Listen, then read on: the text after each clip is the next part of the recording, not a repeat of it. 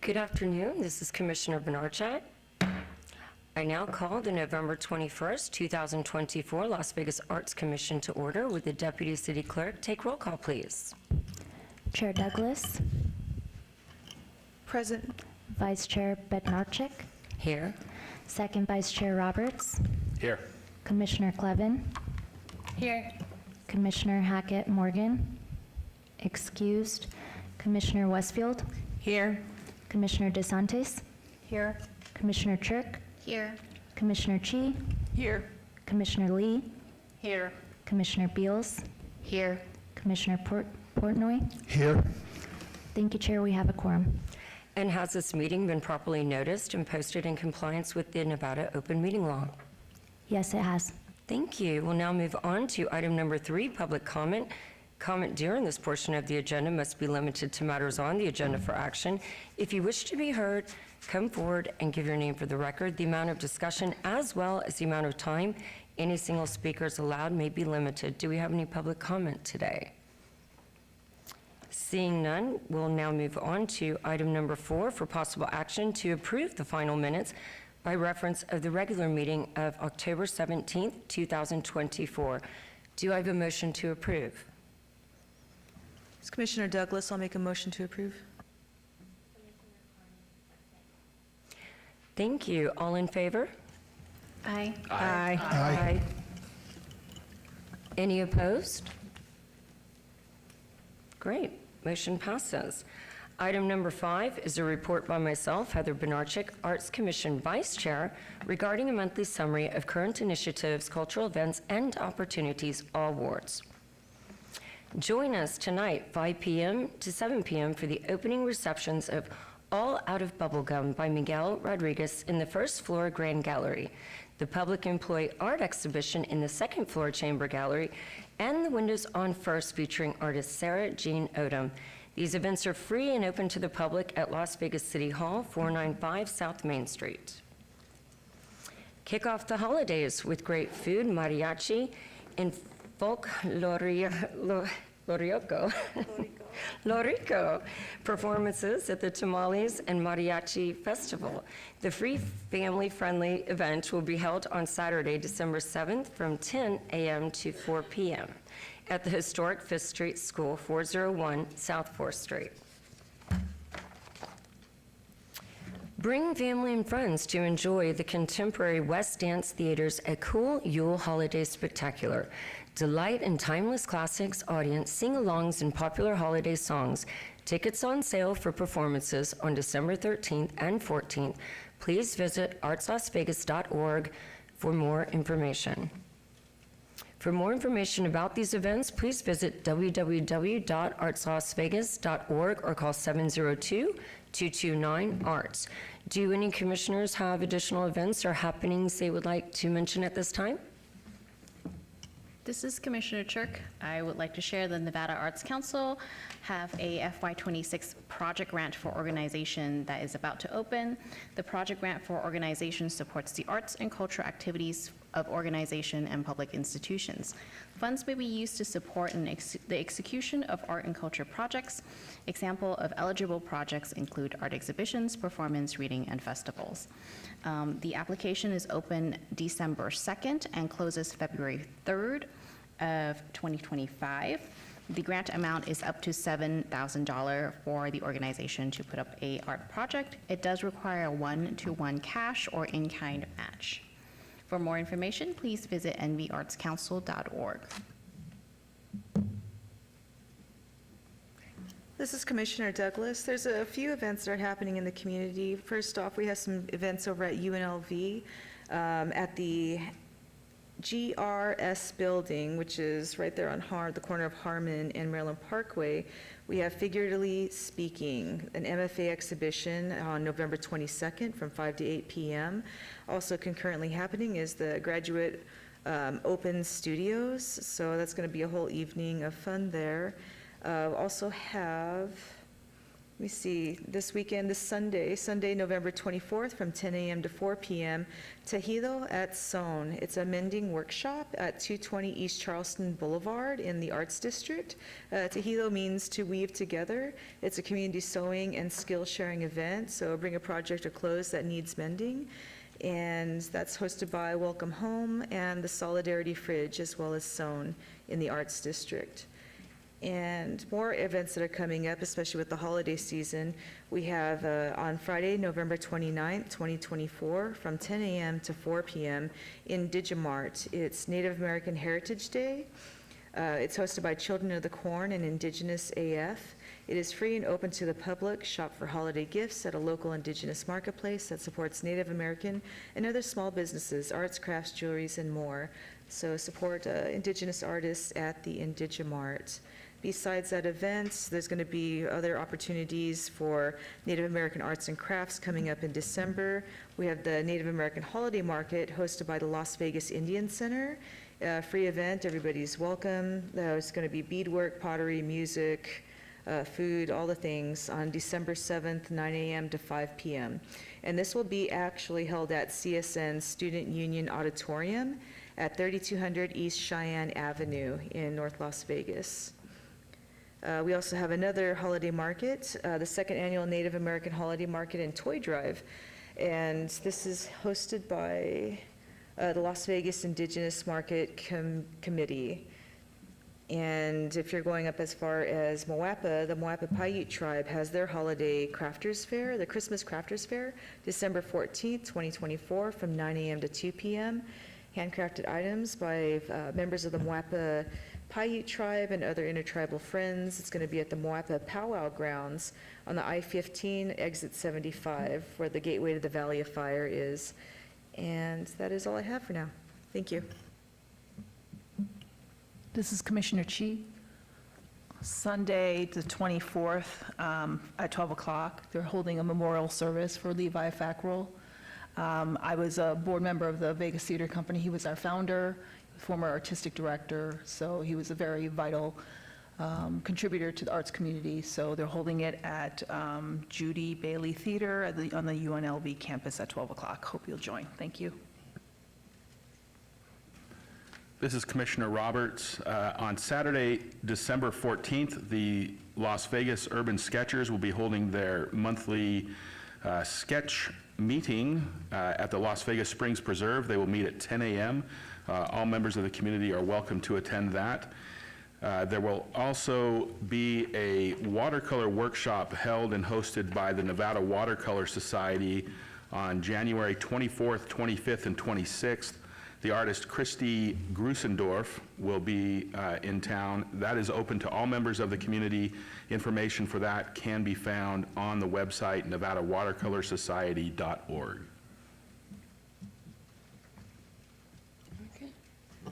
Oh, this is Commissioner Douglas, and I forgot there's another event.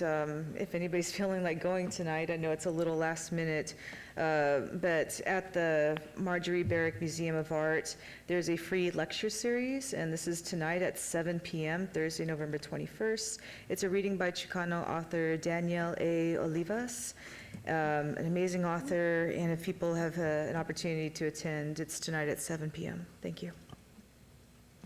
This is Commissioner Clevitt. I just wanted to highlight a new gallery that's opening in the Arts District. Mad Gallery at 1312 South Main Street is having their official grand opening on November 29th from 8 to 10 p.m.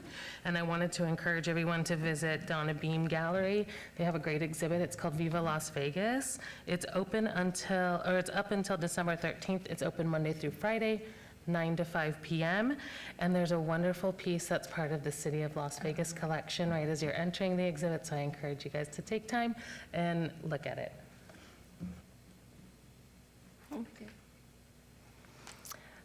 Okay, we will now move on to item number 6, a report by Cultural Affairs staff regarding a monthly summary of current initiatives affecting all wards. Holly Lay for the record. You are all issued a copy of the staff report document, which includes the written updates, 2% for the arts funded projects. In addition to that document, we've prepared this presentation highlighting additional activities and initiatives. That vibrates. Our first meeting of 2025 will take place on Thursday, January 16th.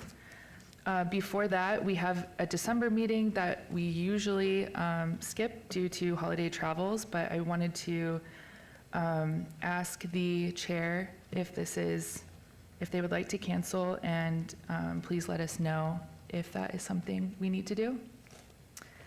And then in February, we've been talking about our tour, our public art tour. 9 of you have said yes, so majority, it's happening. For those that have not emailed me, just let me know by the end of the year so I know how much to book. And then after that, we will have another regular meeting here in March, and that will be at 4 p.m. This is Commissioner Douglas. Just a quick question. I missed the part on needing to know an answer to cancel. Can you just repeat that part, please? Yeah, that you guys can let me know now if you want to decide, or email me availability for all of you. If you guys are all out of town, then we would have to cancel that meeting. This is Commissioner Benarchek. I would feel like the holidays, to have December off would be wonderful. I don't know if everyone's okay with that for the December meeting? Okay, I see a lot ahead. Yeah. thank you. Okay, great. So our next meeting will be January 16th at 4 p.m. This is Pauline Lee, Commissioner Lee. I just want to make sure that there's no statutory requirement that we have to meet a certain number of meetings. We don't have to, correct? Oh, thank you. Thank you, Commissioner Clevin. Let me see. I don't think so. Do we have a certain number of meetings that we have now?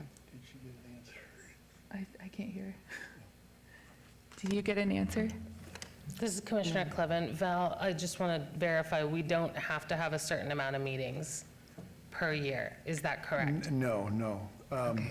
I mean, all of us want to be here every day, but there's no requirement. Thank you. Okay, Holly Lay for the record. If you haven't already, please sign up to receive the Public Art and Galleries newsletter. This is the best way to receive information about our receptions, events, and opportunities. This is Mary Sabo for the record. Speaking of opportunities, we have 2 open calls for artists right now posted on the Arts Registry, which is on our website. We have the call for artists, the Lunar New Year exhibition, and this is the Year of the Snake. That call closes on December 30th at 6 p.m. And then we also have a call for the Aerial Gallery Banner Program artwork license, and that call closes on February 6th. So please feel free to share.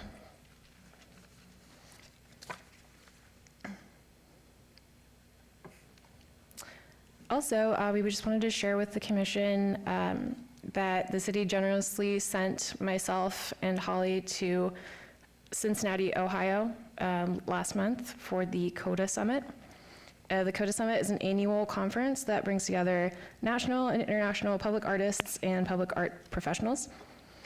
For any commissioners unfamiliar with CODA Works, it is an organization and online community that serves as a hub for connecting artists with commissioners of public artworks. And some key themes from this year's conference were impact, innovation, and collaboration. So we got to attend panels with some really great artists and art professionals, came back with some new inspiration and ideas. We also got to attend the Blink Festival, which is a huge public art festival that transformed the city of Cincinnati with projection mapping and installations. It was a great experience. I highly recommend that you all check out CodaWorks website, and then also check out the blinkcincinnati.com website as well. Some good info. Holly Lay for the record. I wanted to mention a few things that we took away from this summit, and the projection mapping was really incredible. It was really great to see these murals that are in the city come to life in new ways from different artists creating video work on top of them. We also looked at different funding models. The city of Cincinnati works a lot with public partners like Kroger and Fifth Third Bank to help pay for these artists and make things like this happen. So there's a lot of private and nonprofit partnerships. Additionally, they work with a program called Artworks that engages the local youth and gives mentorship. They pay the youth to assist in the murals, and they get to have something to add to their resume and gain a lot of great experience. Another big thing that I personally loved to see was the presentation on documenting projects, public art projects, and there was a presentation about the Waterfront Toronto project where they hire documentarians. A lot of them can be student up and coming to build their portfolio, and it's like a really good way to document the project in a creative way and connect filmmakers and photographers to public art projects as well. This is Mary Sabo for the record. Wanted to give you an update about the Casino Center Pocket Park sculpture project. We will be probably changing the name of this on staff reports and future presentations. As you may remember, the contract for this project was awarded to CR2, which is an artist team consisting of Randy Mendre, Robert Gertison, and Caitlin Seville for their project, The Seed, which you can see here in this rendering. They had completed milestone 1, and milestone 2 for the project has kind of been on hold due to an announcement by Dapper Developments that the Pocket Park on Casino Center and Artway will be right next to a proposed 9-story parking structure that will include the Neon Museum's new location. You may have seen these renderings. And there's also the Evel Knievel Museum that is going in that parking lot as well. So through some discussions with Dapper Development and Public Works, it was determined that the Pocket Park was no longer the ideal location for this sculpture. And Boulder Plaza, which you can see right here, was identified as an alternative location for the sculpture. So we are working on a contract modification with the artist team to get this back on track.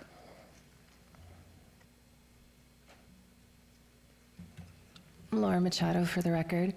The city continues to work with Cliff Garden Studio to complete the Civic Center Plaza public art project titled Harmonic Ascension. It's scheduled to be installed in May 2026. We're right on target for that. They've met their first and their second milestones. Currently, they're in building and safety for a permit. And then we'll move forward with pouring that foundation and working with the city's architect to make sure that we continue to meet the project deadlines. Thanks. This is Mary Sabo for the record. We continue to address conservation and maintenance issues as they arise. With the increasing number of work in the collection, maintenance and conservation is an ongoing challenge.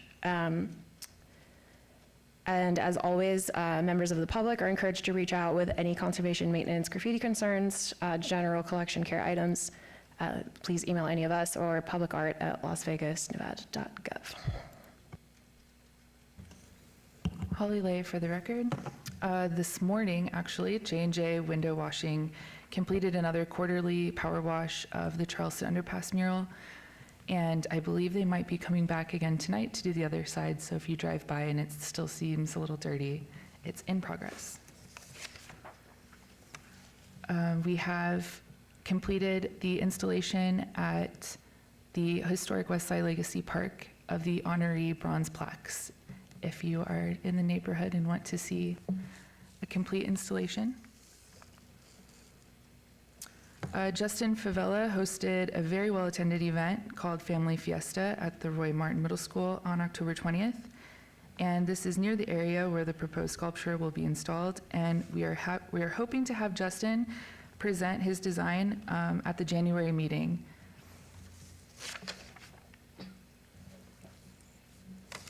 Here's a list of the medical district public art projects.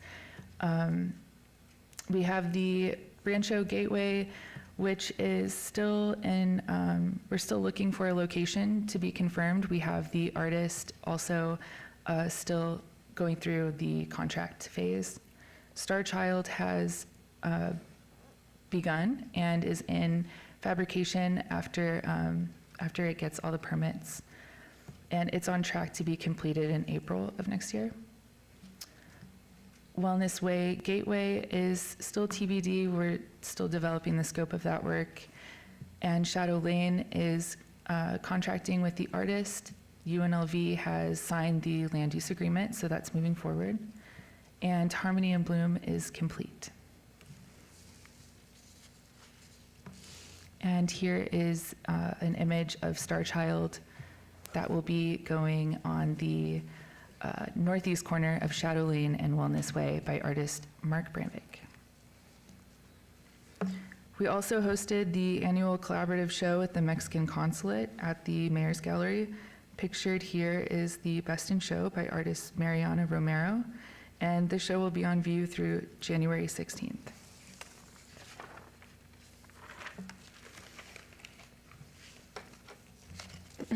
This is Mary Savo for the record, an update on the West Side Education and Training Center public art projects. Finalists were selected and by the evaluation panel and issued a request for proposals. Those were due on October 24th, and we held in-person presentations on November 6th. The evaluation panel has made their selection, and we are in the process of notifying everyone. So hopefully at the next meeting, we'll have some more information about that. Holly Lay for the record. Sarah Jean Odom has completed her installation of rainbow spotting at the windows on First, and this will be outside of City Hall on Main Street, or on First. Please check it out after this meeting. We're having the reception, as Heather had announced earlier. And thank you. That concludes our report summarizing current projects. And do any commissioners have any questions? This is Commissioner Douglas. Just a comment, really. I actually attended the Family Fiesta at the middle school. I'm not sure what the name is. It Roy Martin? Yes, Roy Martin Middle School. And it was really well attended. And what was really beautiful about that event is that it was intergenerational. There were children there were grandparents there were people walking around enjoying the lowriders, the cultural arts presentation with the Calpuli, with the Danza Azteca group. There was some really yummy tacos. It was just like this really gorgeous event. And my partner and I were there for about an hour or so. And, people were still there, even as it was over. I really just thought that event was well done, and just really thankful for the city and their support of that. It was really amazing.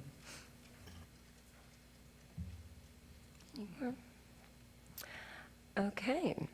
We will now hear a report by Michael Howe, Planning Project Manager, regarding updates to form-based code in the Arts District, all wards.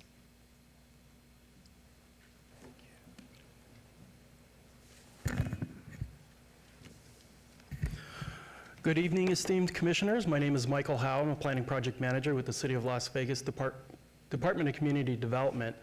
Knowing that your commission has purview over the city limits, tonight we're really going to focus on the Arts District. And I'm briefly going to go into some of the background on the district and really what the relevance of what I'm reporting on tonight, and try not to get too bureaucratic. I know you're a very creative, aesthetic-driven bunch. I'm going to talk about some text, some code, and I'm going to try to make it spicy and interesting.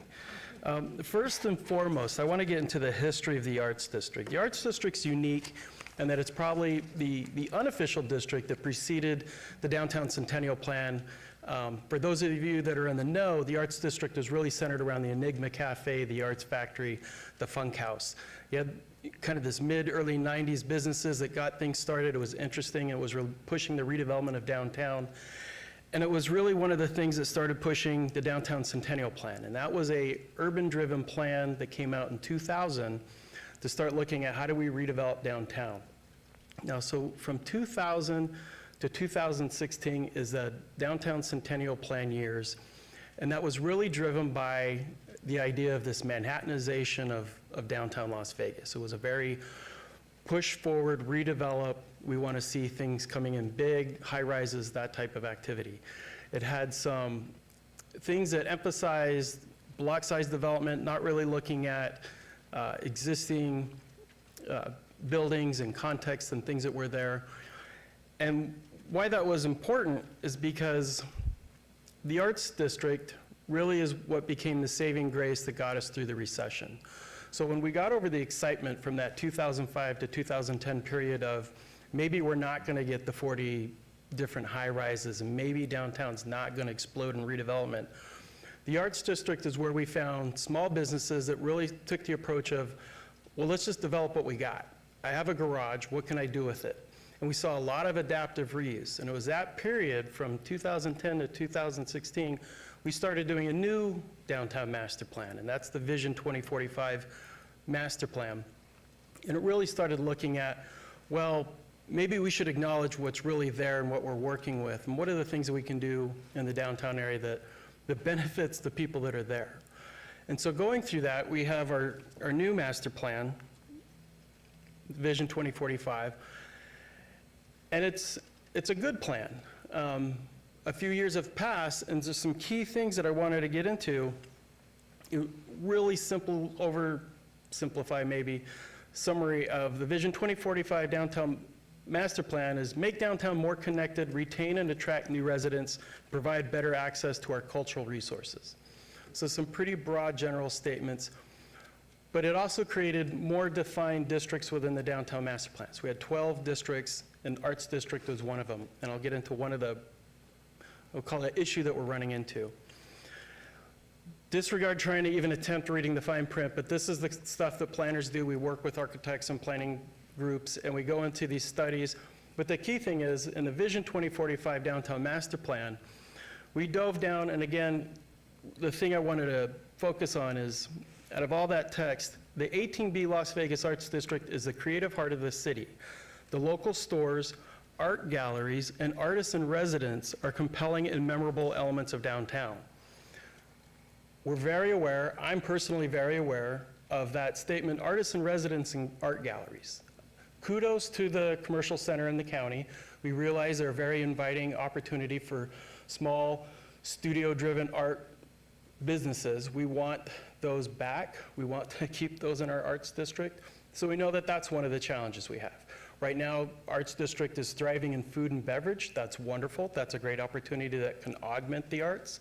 But we're realizing if we're not careful, if we don't get proactive, Arts District's going to be something just kind of stated in quotes.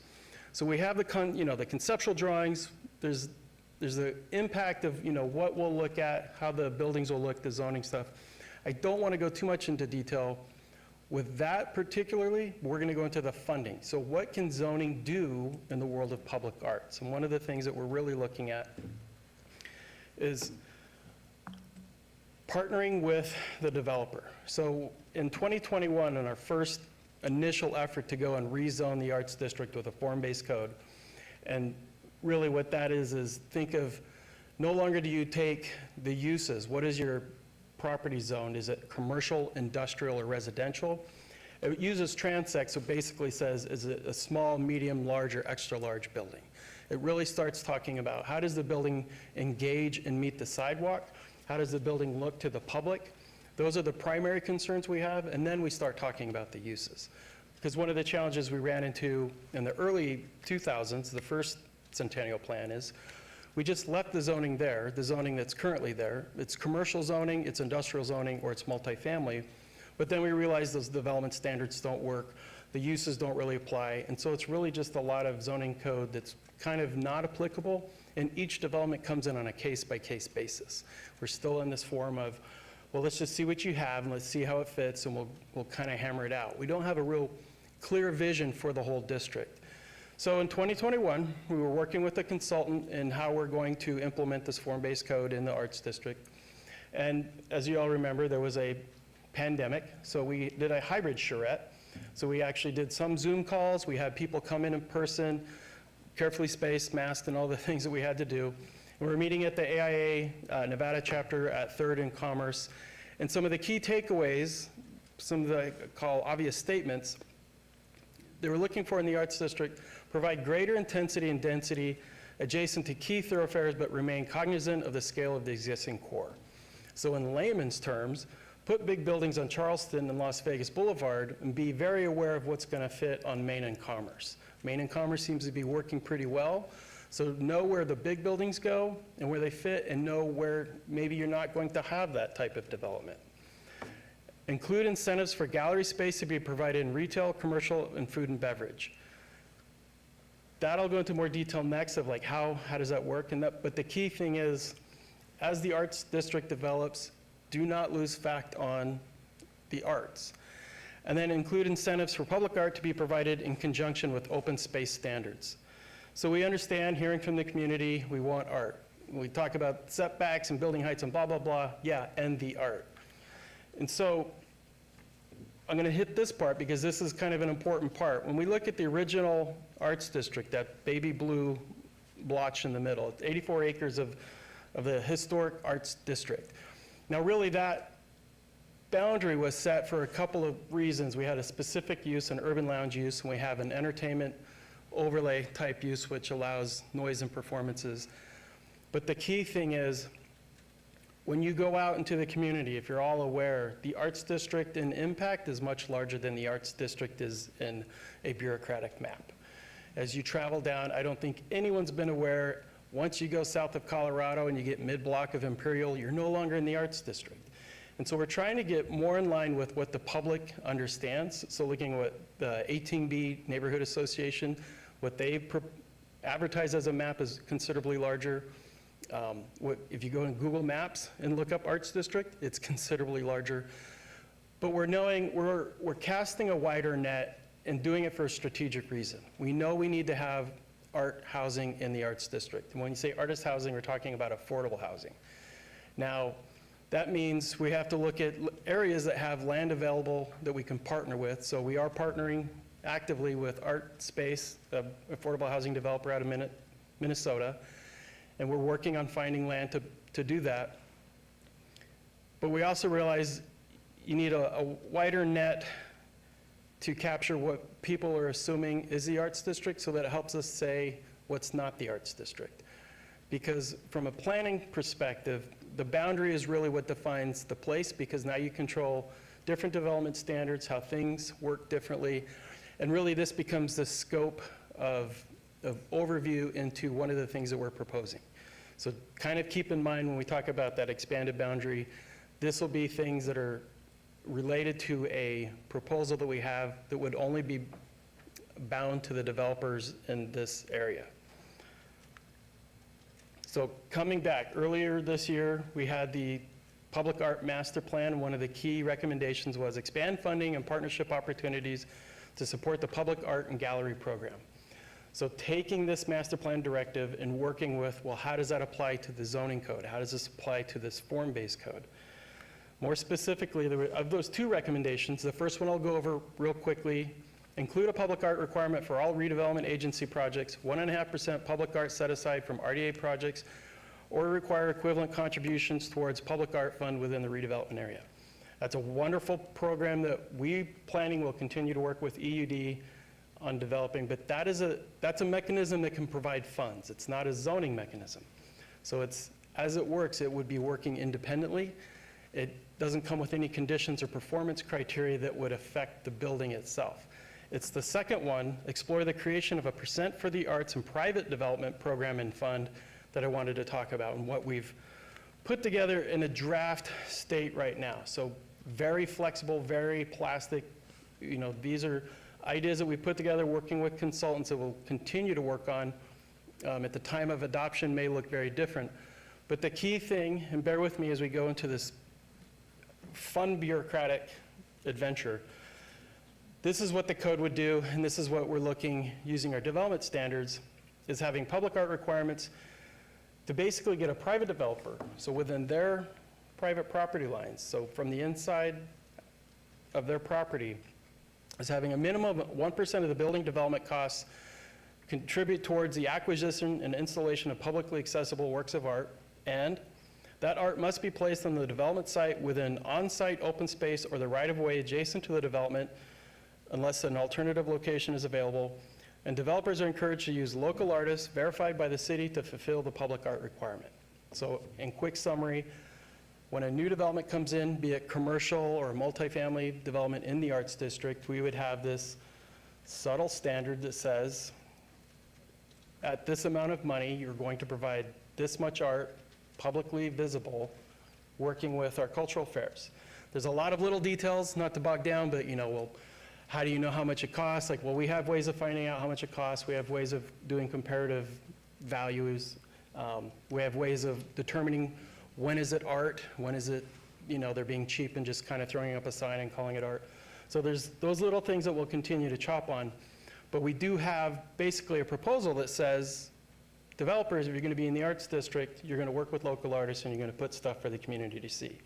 The part where I don't lose sleep over, so far a lot of our developers have been doing that. They kind of know their market. That's the expectation. So we're on a good footing in that regard.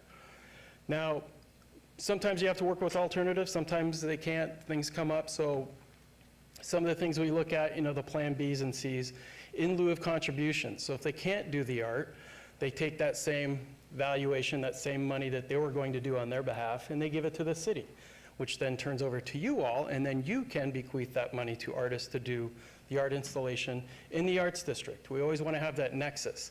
If a developer can't do it, then they're doing art that's going to be in the district, not some other part of town.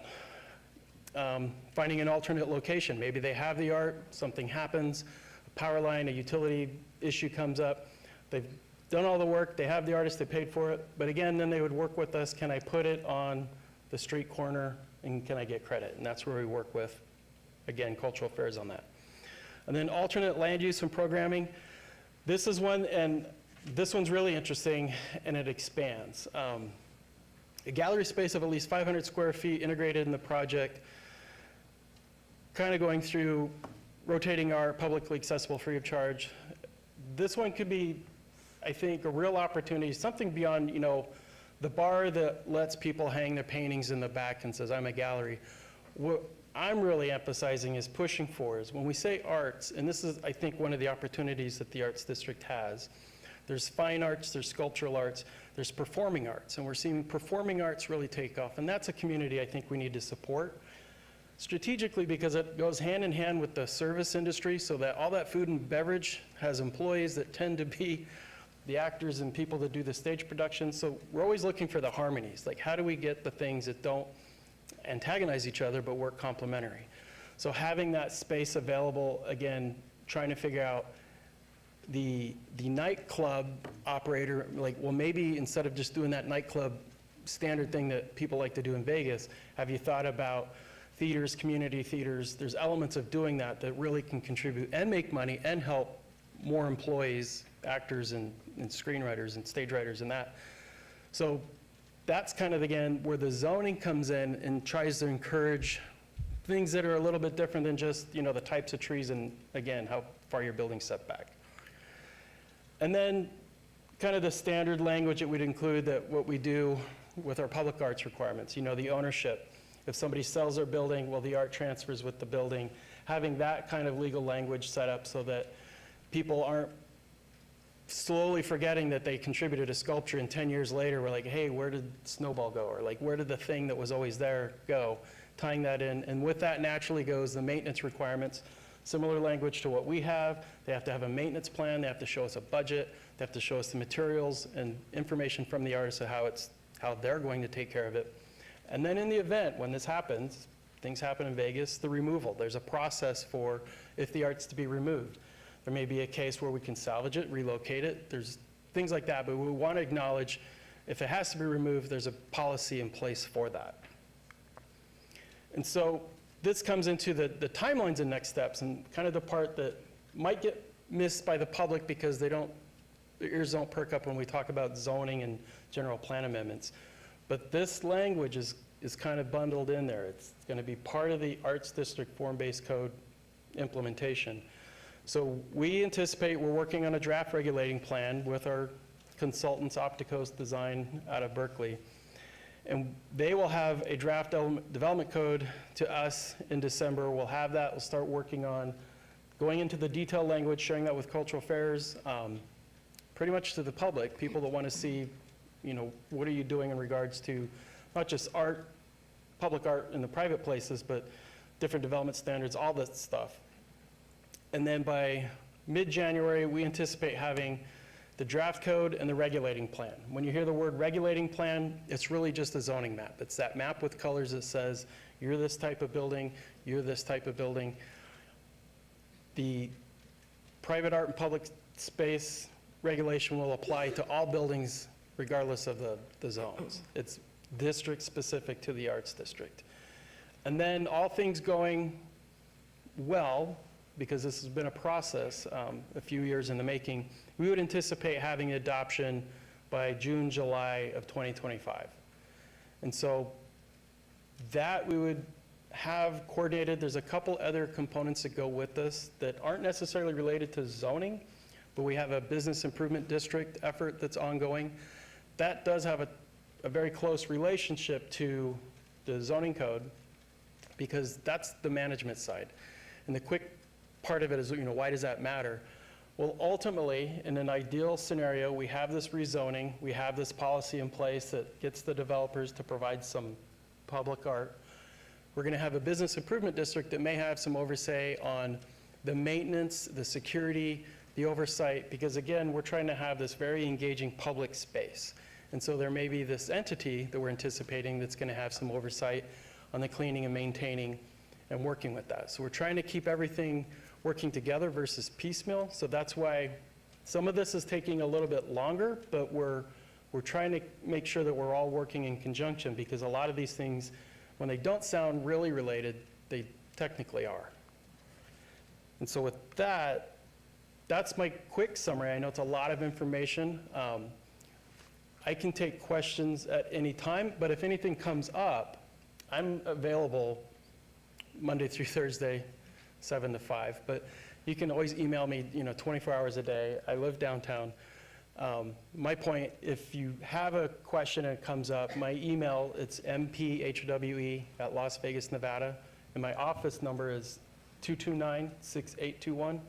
And I'm happy to take questions on this, or even if it's just something that's not technically related, but related to the Arts District.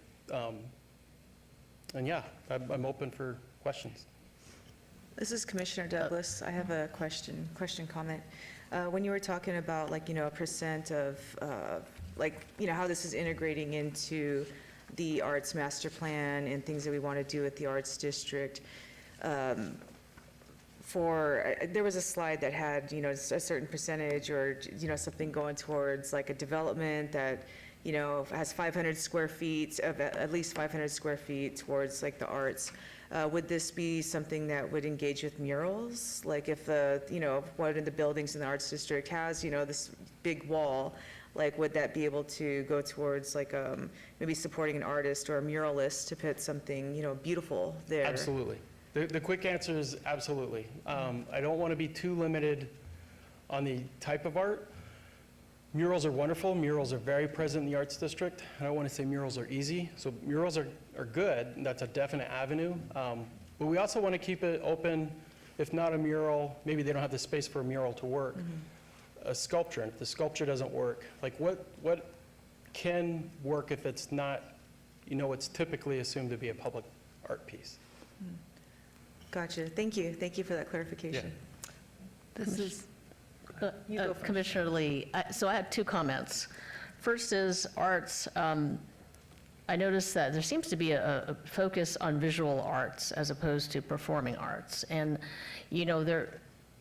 there should be at least, I would recommend giving them the alternative of a visual art or performing arts space because that would draw people into the arts district, right? That's number one. And then secondly, when you talk about ownership and display and that they have to be permanent, consider the fact that some works of art you want to rotate, or you want to have the ability, after 10 years, it gets stale or obsolete, and you want to do something new.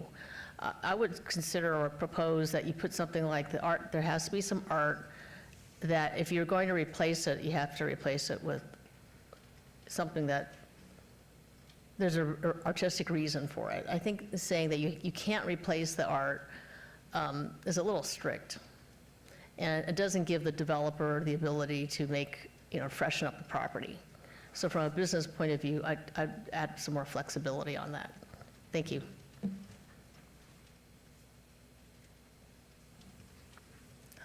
Hi, this is Commissioner Chi. Thank you, Michael, for a great presentation. So funny that you were saying all the creative people, business people down here. Yeah, but the language here, you said developers are encouraged. Why was the language soft like that instead of developers are required to use local artists? Typically, that's where we work through with the city attorney's office.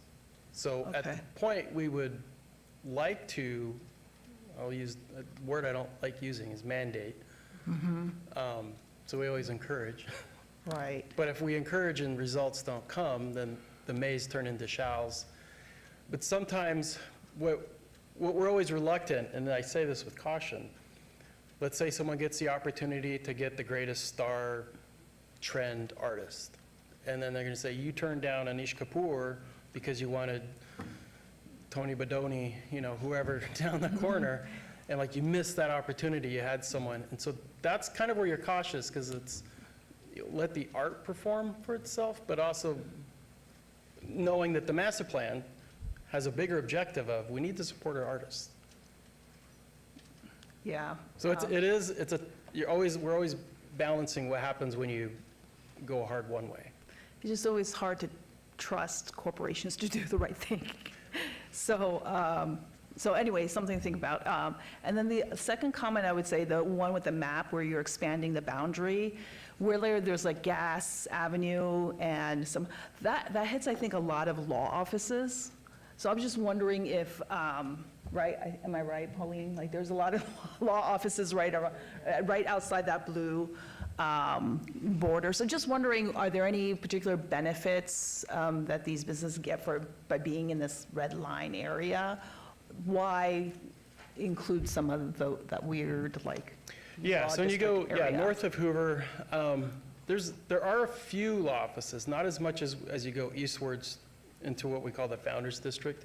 But what you have, and you can't really see, is the ownership of the parcels. So a lot of those blocks may be under control by one developer. And so the likelihood is that land is ripe for development. So it's likely to come in, and it's going to be something more like multifamily, mixed-use type of development. There are some entitlements that are already in place in that area, so it's hard as planners, you try to read the future. We would anticipate a change north of Hoover that would be more in line with what the Arts District supports than what the current downtown district, it's the office and core district.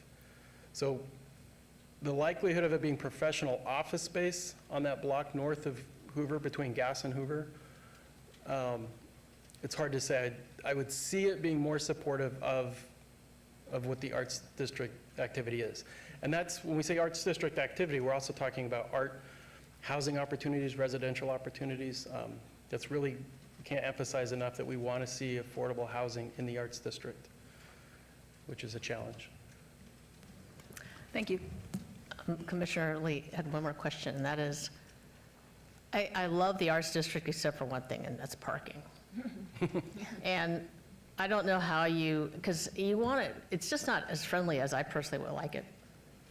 I like to be able to drive up and see the art and to engage in all of the activities in the Arts District, and I don't know if your development plan talks about parking.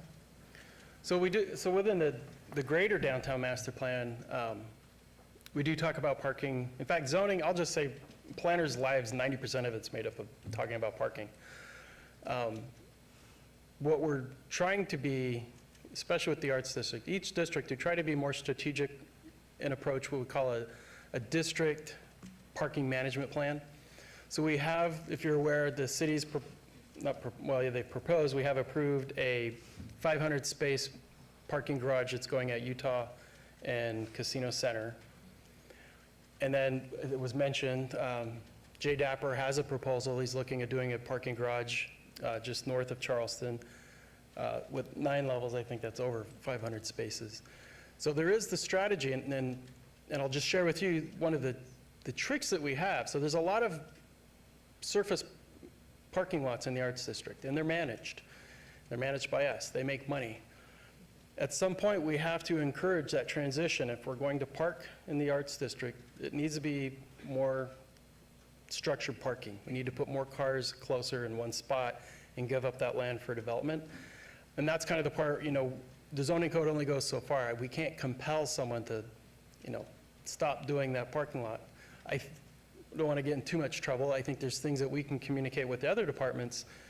We should start looking at transitioning out of those temporary parking lots if we're going to be building parking garages. But that's not in my pay grade to make that decision.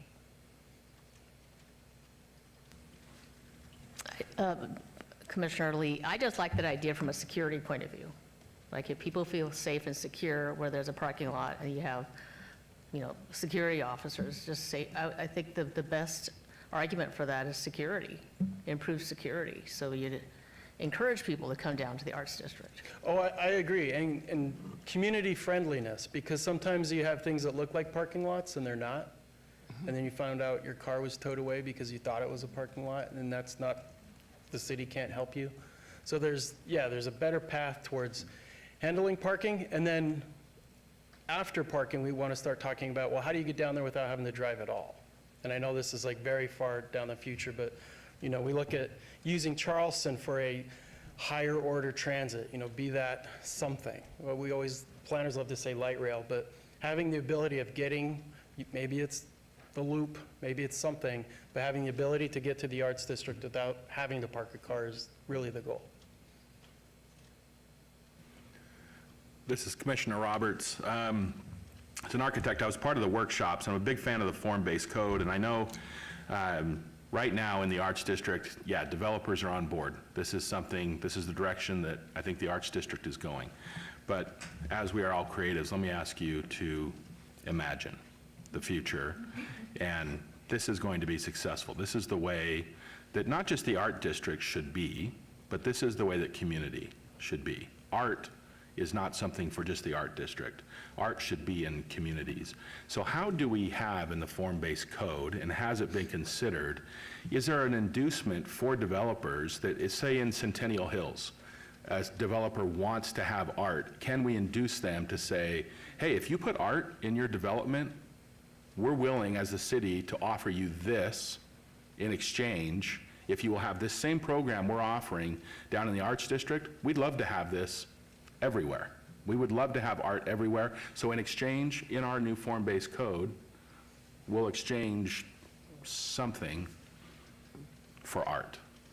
So yes, the simple answer is within that realm, anything's possible, because a lot of the input we've taken on implementing this with the Arts District first is what are other communities doing? And this is really coming from Tempe, Arizona, Santa Clara, California, and pretty much they're all listed in the appendix in the Public Art Master Plan. The other elements that are currently being done, because we do have, the medical district has also an initiative of urgency of getting public art in there, is having those conversations, but you can do it effectively, but what the part we want to be is consistent and fair. And so I'll just say, let us try it with the Arts District and then figure out how do you tune it, because there may be some elements of what's the kind of art, and I'll, again, be cautious with the art that fits really well within the Arts District versus, I would say in the Northwest and Centennial Hills, maybe they should start talking about, larger scale landscape art. There are different types of installations for different parts of the city.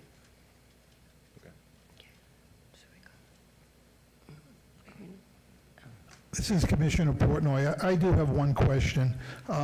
As a working artist, I know it's crucial, and Commercial Center is starting to move toward that realm of stealing a lot of the artists. There's not enough space for the artists down the Arts District. The rents are going crazy, yet we're talking about redeveloping buildings and parking lots and commercial and residential. Isn't there a way to combine a commercial property, a residential property, making them or offering them first floor of your complex should be galleries, or something where it's mixed use? So the artist won't be leaving the arts district. I do agree that it needs to be expanded. It's too small. I mean, my studio, my gallery is right outside the district. We're not considered the arts district. So expanding it, I think, is a great idea. But I agree with some of the other commissioners, security is a huge issue. I know in Boston, if you go down Newbury Street, that's the arts district. We don't really have that one street. But if new development is coming in, I think you got to look forward to design it in a manner that it's, lack of better terminology, fan-friendly. So, real quickly, I do want to respond on that, because that was a perfectly timed question. One of the other elements, and it is arts-related, and one of the issues and pressures we're seeing in the Arts District, particularly with where we're talking about expanding the boundaries. So as you go into the southeast area, where a lot of the existing light industrial activities still existing, we're seeing pressures and a trend for some of those properties selling and going to residential development, and you see them under construction. So some of the partnerships, we try to work real closely with the developers to have them understand you're building residential development as allowed, but you're going to be adjacent to some active industrial locations. Now, in the world of art studio thought, that's okay, because there's not too much different in some studios from a body shop.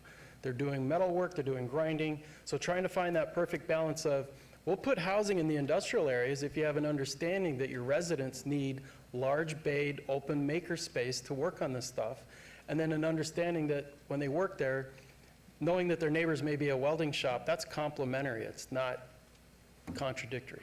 So that's one of the little strategies we're trying to hold on to. Commissioner Portner, again, I mean, the model, like for instance, Tivoli Village, which is up in Summerlin, it's a wonderfully designed property with offices on the second, third, and whatever level, and retail operations on the first. The problem is with the garage on the lower level is when they're done in their office, they don't go down to the retail. They take the elevator to the bottom floor and get out of there. Yeah. So that's something also to address.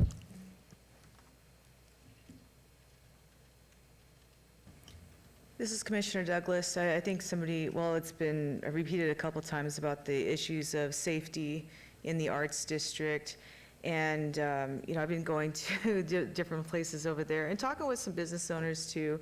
But there's like I'll just give this as an example, Invictus Security. I think they work with the city in some ways sometimes, but they actually are, security guards, and they're at different places. They're at a couple of apartments that are there in the California Avenue area, but they, patrol the area, and they're really kind to the houseless community. Like, hey, actually here, one person even showed me, he's like, oh yeah, we kind of showed them the resources of where to go to get shelter and this and that, for them to keep it moving. And these are, a lot of the security officers with Invictus are also like former Marines and former, just armed forces and stuff. But they're, patrolling these areas and making sure there isn't any crime, because there has been a rise of crime, over the past couple years.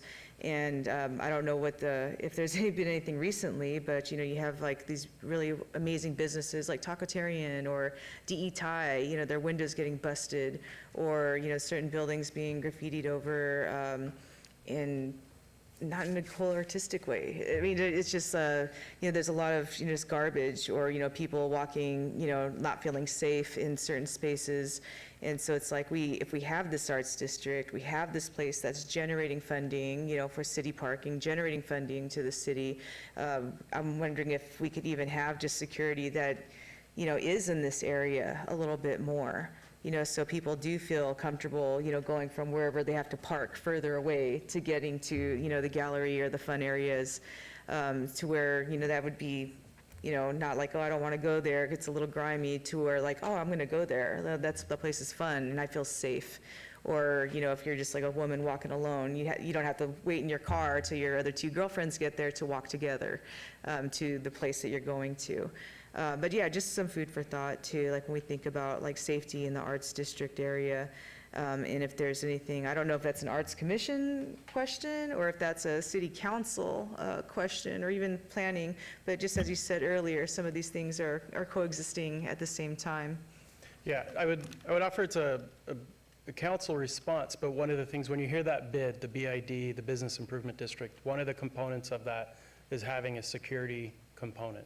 So typically it's cleaning, lighting, security, and then other elements. So when you hear bid, they're talking about security and some of the cleaning and maintenance. This is Commissioner Benarchak. I was wondering, do we have one or two more questions, or is that all? Great. Well, thank you. Thank you, Michael. Our next agenda item is the election of officers for the Las Vegas Arts Commission representing all wards. We'll begin with the election of chair, followed by vice chair. Nominations are open for the election for chair. Please state the name of the person you wish to nominate, and they must accept to be considered. This is Commissioner DeSantis. I would like Sapira Chuk I'm nominating her for chair. This is Commissioner Douglas. I'd like to second the nomination for Sapira Chuk for chair. Thank you. This is Sapir Churk. I accept the nomination. Wonderful. Okay, so nominations are closed, and with a majority vote, Sapira Churk, sorry, my bad. Sapira Churk, congratulations for chair. You elected as chair. And a vote. You need to vote. Sorry. We motion. Someone's, I thought, did you? No, DeSantis. Oh, motion to nominate, and I seconded the motion to nominate. Or is it not a motion, it's just nominate, correct? I sorry, heard was. This is CMC Clerk Brian Cuff for the record. I only heard a nomination. I didn't hear anybody actually make a motion to approve the Let's make a motion nomination to- The motion by, Yes, Commissioner let's Lee make- would like to make a motion by acclamation to have Ms. Sapira Chuk as chair of the Arts Commission. Okay. I second that motion. Is that what I, second the motion? And it says now, so with the majority vote, Sapira, all in favor? Aye. Aye. Aye. Any opposed? Great, motion passes. Congratulations. Thank you. Thank you so much. Happy to serve. Thank you. Okay, nominations are now open for vice chair. Please state the name of the person you wish to nominate, and they must accept to be considered. This is Commissioner Clevin. I'd like to nominate Commissioner Bednarchek as our vice chair. I would be honored to serve and continue serving as vice chair. Thank you. I second the motion. Sorry, Commissioner Chi seconds the motion. Okay, so all in favor? Aye. Aye. Any opposed? Aye. Did we do that correctly? Did that go ahead and go on? Okay. Yes, I believe so. So we have a new chair and a new first vice chair, and we have a carryover second vice chair. Is that the idea? Yes. Okay. So Eric Roberts would be second vice chair, correct? And we have that? Is that all recorded then? Ah, congratulations. Wonderful. Okay. Moving on to item number 8, discussion regarding topics for future agenda items. Comments made during this portion of the agenda by individual members shall refer solely to proposals for future agenda items, and any discussion shall be limited to whether or not such proposed items are within the purview of the commission and/or whether such proposed items shall be placed on a future agenda.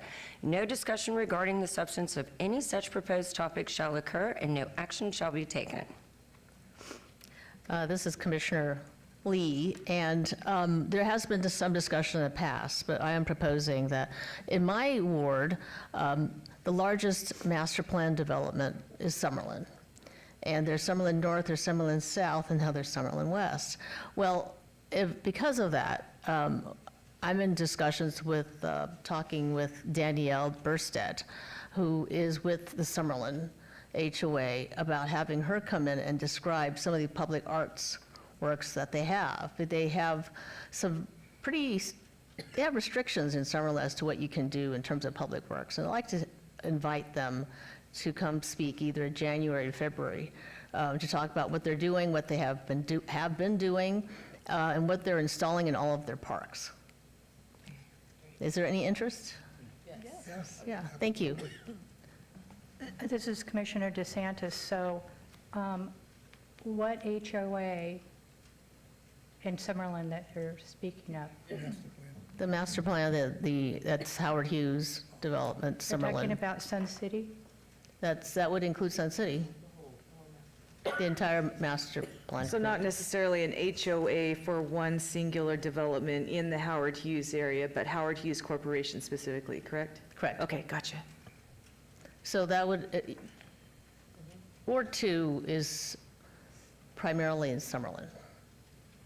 And so that whole area, there's a lot of public works that I don't even know about. Like everything that they're doing, all these parks that they're building. And they're not necessarily approved or reviewed by the city of Las Vegas because they're actually in Summerlin per se. And I'd like to invite them to talk about what they're doing with their public arts. I'm on this, Commissioner DeSantis again. I'm in Sun City is in Ward 4, and maybe that could be that person who's in charge of that HOA could come in also. I think that's great if they have in if Sun you- City Ward 4. I know I've talked to Danielle Burstedt, who I have a communication, I think, is it Laura Machado? Laura, right, we're trying to set up a meeting, a Zoom on December 3rd for that, or I'm sorry, yeah, December 3rd. This is Laura Machado. It's on my calendar, yes. Okay, this time it's on December 3rd. both of our calendars, Yeah. awesome. Yay.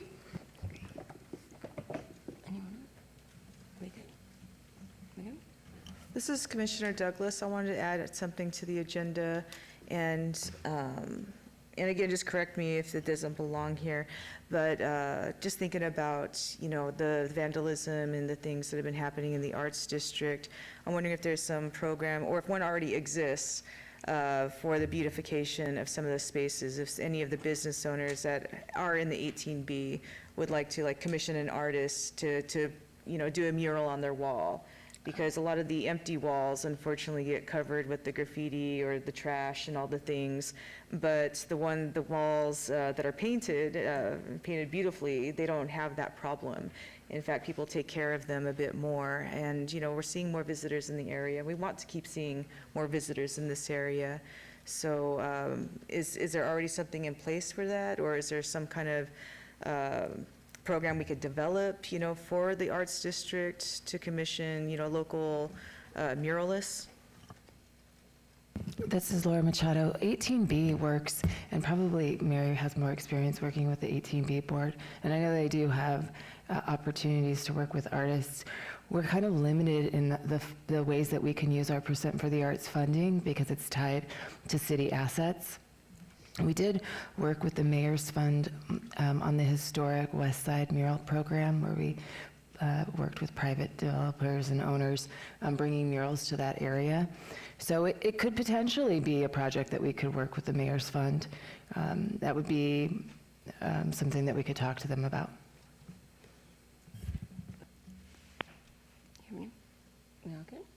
Okay, moving on to item 9, citizens' participation. Public comment during this portion of the agenda must be limited to matters within the jurisdiction of the commission. No subject may be acted upon by the commission unless that subject is on the agenda and is scheduled for action. If you wish to be heard, come forward and give your name for the record. The amount of discussion on any single subject, as well as the amount of time any single speaker is allowed, may be limited.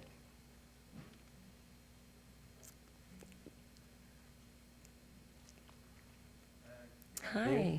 Please state your name for the Hi, record. my name is Lightning Yumeku. I spoke about 2 months ago, but I'm here actually for a much more exciting and celebratory reason. Recently, myself and some other members of Las Vegas have created a new nonprofit. We are called the Collaborative Artists Network.